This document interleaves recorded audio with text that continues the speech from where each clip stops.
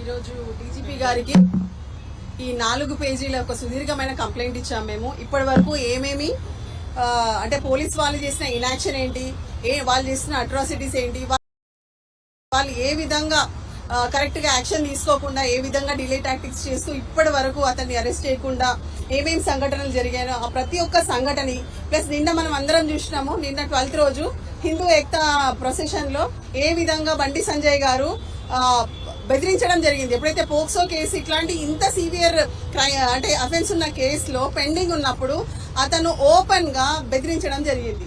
So ఆ బెదిరించడంలో ఏంటంటే that is nothing but ఏంటంటే ఏదో విధంగా విక్టిమ్ గర్ల్ ని, వాళ్ళ పేరెంట్స్ ని, వాళ్ళ సపోర్టర్స్ ని అందరినీ బెదిరించే ప్రయత్నం చేస్తుంది.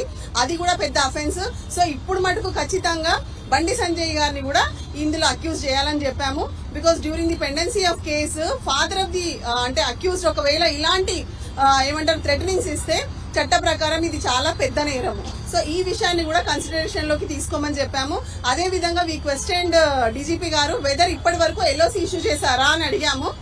సో ఎల్ఓసి అయితే ఇప్పటి వరకు ఇష్యూ చేయలేదంట. It is very much surprising. Because చిన్న చిన్న కేసులలోనే మనం ఇంతకు ముందు చూసాము ఎల్ఓసీలు ఇష్యూ చేశారు.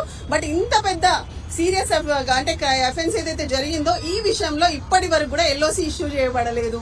సో ఖచ్చితంగా మేము అది కూడా రిక్వెస్ట్ చేసాం అందరము. సో ఖచ్చితంగా అది కూడా మేము చేస్తామన్నారు అండ్ అష్యూరెన్స్ ఇచ్చారు. ఈ రోజు మధ్యాహ్నం 2 o'clock లోపల తెమ్మని చెప్పాము. తీసుకురాలేదు కాబట్టి ఎట్ ది ఎర్లియస్ట్ మేము అతని కస్టడీలోకి తీసుకుంటాం, అరెస్ట్ చేస్తామన్నారు. సో ఈ విషయాన్ని కూడా మేము చెప్పాము. సామాన్య ప్రజలైతే ఒకవేళ నిందితుడు దొరకకపోతే వాళ్ళ ఇంట్లో వాళ్ళ తండ్రిని గాని అన్నదమ్ములని గాని తీసుకొచ్చి పోలీస్ స్టేషన్ లో కూర్చోపెడతారు, అప్పగించమని చెప్తారు. ఇక్కడ ఏంటంటే ఇంత సీరియస్ అఫెన్స్ లలో ఎప్పుడు కూడా ఏమంటారు నోటీసులు ఇవ్వడం జరగదు. కానీ మీరు ఈ కేసులో చూస్తే వాళ్ళ మెటర్నల్ అంకుల్ మేనమామ వంశీకృష్ణకి నిన్న ఒక నోటీస్ ఇవ్వడం జరిగింది. అసలు ఆ notice A provision of law కింద ఇచ్చారు లేదు, సింప్లీ ఒక నోటీస్ అని రాస్తారు. అది ఏ ప్రకారం మీరు సిఆర్పిసి తీసుకున్నా బిఎన్ఎస్ఎస్ కింద తీసుకున్నా అసలు ఆ నోటీస్ కి ఒక శాంటిటీనే లేదు.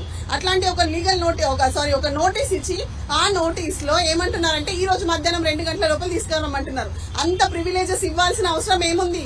వాళ్ళు అనుకుంటే, పోలీసు వాళ్ళు అనుకుంటే ఎంతసేపు వాళ్ళ స్టేట్మెంట్స్, కాల్ రికార్డ్స్, ఇంట్లో వాళ్ళ కాల్ రికార్డ్స్ తీస్తే ఈజీగా పట్టుకురావచ్చు. సో ఈ విషయాన్ని ఖచ్చితంగా మీరు పట్టుకురావాలని చెప్పాము ఏ విధంగానైనా. సో అన్నారు ఈ ఇన్వెస్టిగేషన్ ఆల్రెడీ పెండింగ్ లో ఉంది. సో ఖచ్చితంగా తీసుకొస్తామని చెప్పారు. అదే విధంగా సెక్షన్ 5 and 6 కి ఆల్టర్ అయింది. దానికి కూడా మేము నిజంగా అంటే ఆ పాప వాంగ్మూలం రికార్డ్ చేశాక ఎప్పుడైతే సెక్షన్ ఆల్టర్ చేశారో సో ఎంత సీరియస్ అఫెన్స్ నుంచి బండి సంజయ్ తన కుమారుణ్ణి రక్షించుకోవాలని చూసాడో మనకు అర్థమైంది. మీరందరూ కూడా section 5 and 6 of POCSO act చూడండి. చాలా తీవ్రంగా లైంగిక అత్యాచారం ఆ అమ్మాయి మీద రిపీటెడ్ గా జరిగింది.